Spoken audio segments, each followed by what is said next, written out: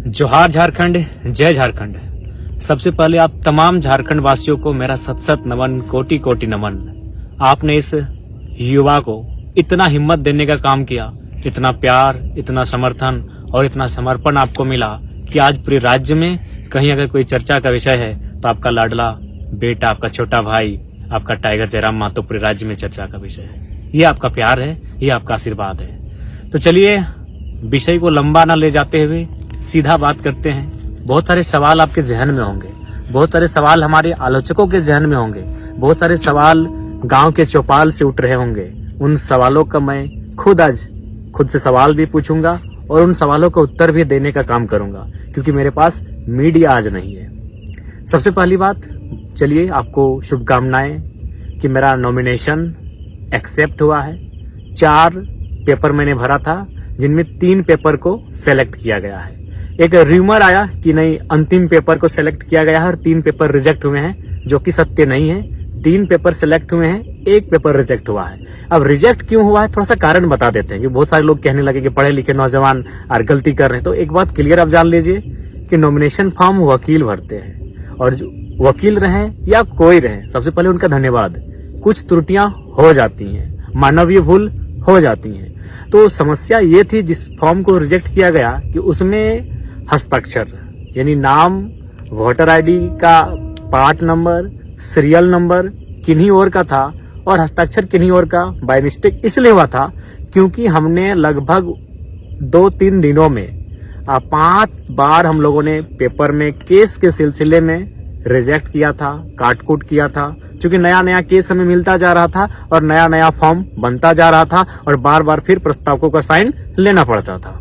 तो स्वाभाविक है, बार बार जब चीजें घटित होंगी तो कुछ त्रुटियां आ जाती है। तो खैर फिलहाल 3 पेपर सेलेक्ट है, 1 रिजेक्ट है, डज नॉट मैटर। 1 भी अगर सेलेक्ट होता है तो उसी से लोग चुनाव लड़ते हैं। अब बात करते हैं उस दिन हुआ क्या था। केस के बारे में सब जानना चाहता है, बहुत सारे लोग मेरी जुबान से जानना चाहते हैं कि सच्चाई आखिर है क्या। क्योंकि एक लोग जो विपक्ष में बैठे हैं, जो आलोचक वर्ग है हमारा, वो एक प्रोपेगेंडा फैला रहे हैं कि यदि जयराम बाबू को इस केस की जानकारी नहीं थी तो फिर उनका हस्ताक्षर केस के एफिडेविट में कैसे आया। तो सबसे पहले मैं आपको क्लियरली बताना चाहूंगा कि 29 तारीख को जिस दिन मेरा नॉमिनेशन पेपर खरीदा गया, मैं कहाँ था पूरा राज्य जानता है। मैं चतरा में श्रीमान दीपक गुप्ता जी के, जो हमारे दल से हैं, उनका नॉमिनेशन था। यानी मैं दिन भर चतरा में था। मेरा फॉर्म धनबाद में, बोकारो में हमारे साथी खरीद रहे हैं और मैं कहाँ, चतरा में। अगला दिन मैं कहाँ था, हजारीबाग में। यानी फॉर्म जो भर रहे थे वो मेरे साथी भर रहे थे। 1 तारीख को मेरा नॉमिनेशन होना था और 2 दिन पहले ही हम लोगों ने फॉर्म लिया था। अब वहाँ डिटेल्स भरा जाना स्टार्ट हुआ। केस की जहां तक बात है, सबसे पहले हम लोगों ने 10 केस इंक्लूड किया था। यानी 29 तारीख शाम को 4 बजे जब फॉर्म भरना स्टार्ट हुआ तो हमारे साथी, हमारे वकील की टीम के माध्यम से 10 केसों की जानकारी दी गई। लेकिन जैसे ही 30 तारीख को सुबह हजारीबाग मुझे जाना था संजय दा के नॉमिनेशन में, उसी दरमियान मैं गया प्रज्ञा केंद्र। वहां हमारा साथी है, उनसे मिलने गए एक अकाउंट के सिलसिले में। तो हमारे चचा बैठे हुए थे बगल के पंचायत के, उन्होंने कहा, टाइगर याद है 2015 का केस, उसका क्या स्टेटस है। हम बोले चाचा ये तो केस हम भूल चुके थे। अच्छा कि आप याद दिला दिए, तो क्या स्टेटस है इस केस का, आप ही बताइए। बोला नहीं, उसका नोटिस हमको आया है 107 बन के कि हमको एक दिन उपस्थिति देना है कोर्ट में। तो बोले आपसे रिक्वेस्ट है इस केस के बारे में डिटेल दीजिए। फिर उन्होंने 2015 का केस, जो सड़क जाम का केस था, और उस केस में कोई एक्टिविटी नहीं है, 15-10 साल पुराना केस हो चुका है, लेकिन अभी तक कोई एक्टिविटी नहीं। तो फिर उस केस का डिटेल दिया गया। यानी फिर उस डिटेल को हम व्हाट्सएप के माध्यम से अपनी टीम को भेजे जो मेरा फॉर्म भर रहे थे कि ये केस को इंक्लूड कीजिए, एक नया केस फिर मिला है। यानी वो केस इंक्लूड किया गया। अब केस नंबर 11 हो चुका है। कब हुआ है, संजय दा के नॉमिनेशन में हम जा रहे हैं, यानी दिन के 11 बजे मेरा केस नंबर हो रहा है 11। नॉमिनेशन होता है संजय दा का। हम बिशुनगढ़ आते हैं। संजय दा को कोई भी चाहे तो संजय दा से फोन में बात कर सकते हैं। बिशुनगढ़ जैसे ही हम क्रॉस करते हैं, संजय दा का फोन आता है कि जयराम भाई, नगड़ी थाना की पुलिस आपको डिटेन करने के लिए आई है, आप नॉमिनेशन करेंगे और वे लोग डिटेन कर लेंगे, या फिर आपको नॉमिनेशन करने से पहले डिटेन करेंगे। तो हमने कहा संजय दा, नगड़ी में मेरा कोई केस ही नहीं है। हम तो आश्चर्यचकित हो गए कि नगड़ी में मेरा कोई केस ही नहीं है। हाँ, मेरा एक केस है 23 मार्च 2023 को विधानसभा घेराव के दौरान है और वो जगन्नाथपुर थाना में है। यानी मेरा नगरी में कोई केस नहीं है। मैंने संजय देव कहा, उन्होंने कहा नहीं आप क्लियर कीजिए, क्योंकि मेरे एक साथी वहां रहते हैं, उन्होंने परफेक्ट सूचना दिया है। यानी नॉमिनेशन मेरा था 1 मई को और रात 8 से 9 बजे 30 अप्रैल को वरीय पुलिस के एक पदाधिकारी के माध्यम से उस केस की जानकारी मिली। फिर हम लोगों ने आनन फानन में ये जानने का प्रयास किया कि उस केस में धारा क्या है। तो फिर हमने अपने साथियों के माध्यम से जाना कि उसमें कितनी धाराएं हैं, तारीख क्या है, उस केस का संख्या क्या है। यानी रात को 10-11 बजे उस केस का सारा डिटेल्स मिलता है। नॉमिनेशन सुबह है और केस का डिटेल्स मेरे रात के 10-11 बजे। और हम लोग पहली बार, मुझे याद है 29 साल के कैरियर में, कि हम 1.5 घंटा फर्स्ट टाइम किसी रात को सोए हैं। 3 बजे सोए हैं, 4:30 बजे उठ गए हैं। यानी इतना रात भर हम लोग टेंशन में थे। यानी सुबह उठ के जो हम लोग का डॉक्यूमेंट तैयार हो चुका था, फिर उसको रिजेक्ट करते हैं, क्रॉस करते हैं। क्यों? क्योंकि फिर एक नए केस को ऐड करना था। यानी फ्रेश फिर बनता है। सुबह हम लोग नॉमिनेशन की तैयारी कर रहे हैं, सुबह हम लोग का काफिला सज रहा है, सुबह हमारी गाड़ियां सज रही हैं और हम लोग तैयारी कर रहे हैं नए पेपर भरे जाने की। अकबकी का इंतहा देखिए।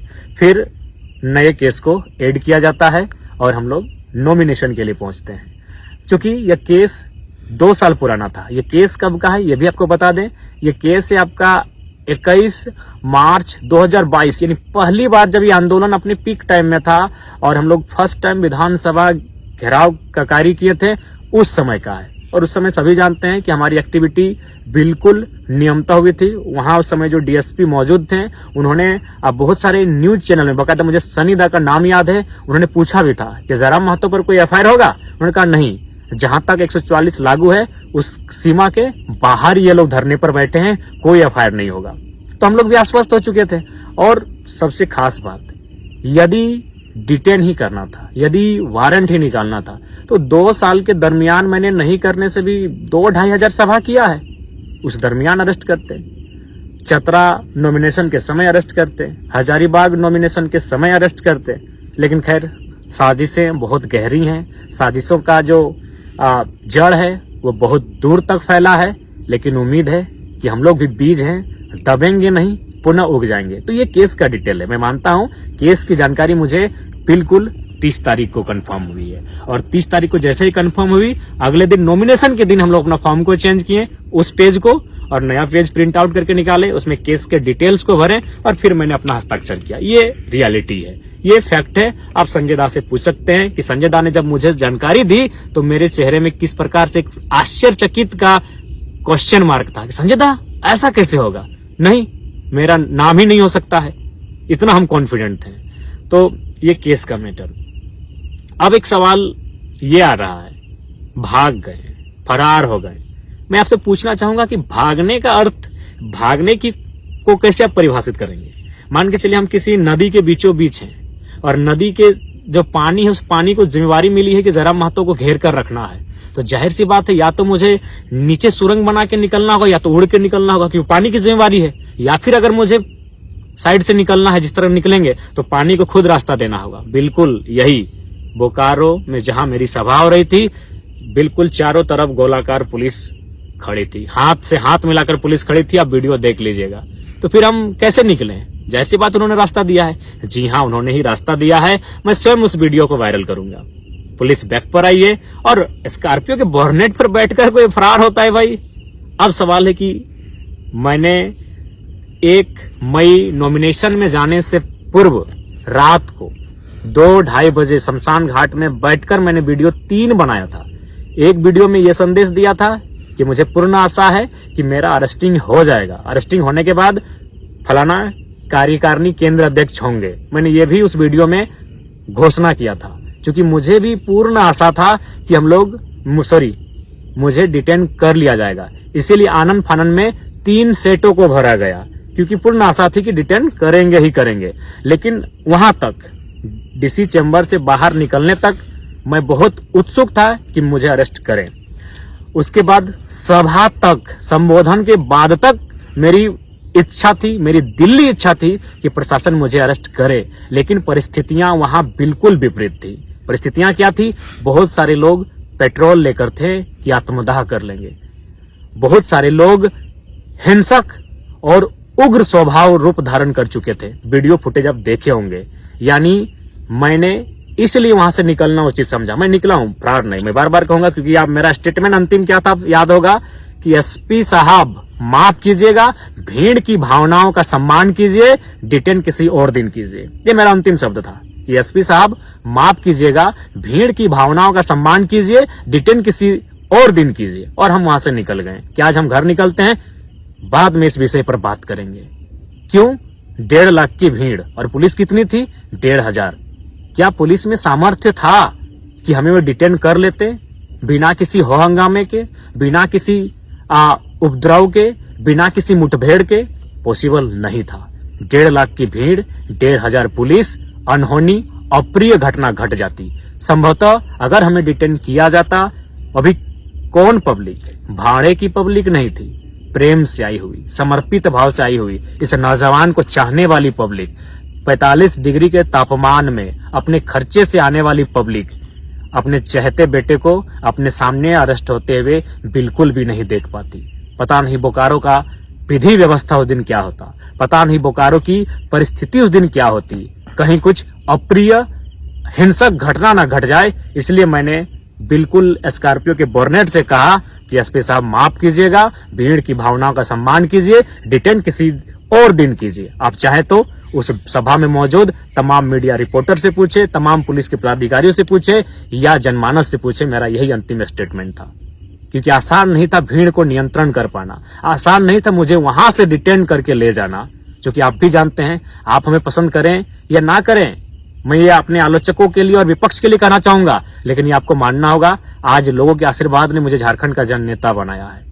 आज 45 डिग्री के टेम्परेचर में लोग बिना अपना खर्च से गए थे, और आप एनडीए और यूपीए के प्रत्याशी कितने लोग अपनी मर्जी से गए थे और कितने लोग साधन जुटाने के बाद गए थे नामांकन रैली में, ये बताने की आवश्यकता नहीं है। गांव में चर्चा है कि टेम्पो में कई रुपया दिया गया था और बोलेरो वालों को कई रुपया दिया गया था और दिन भर रहने का कई रुपया दिया गया था। ये किसी से छुपा नहीं है। मैं कह रहा हूँ 10%, 15-20% गए होंगे उनके भी रैली में, जो उनके नजदीक के लोग हैं, जो उनके समर्थक हैं, लेकिन मैक्सिमम लोग भाड़े से लेकर गए थे, ये आपको मालूम है। तो ये बिल्कुल परिस्थितियां सामान्य नहीं थी कि हम वहां से डिटेन कर लिए जाते।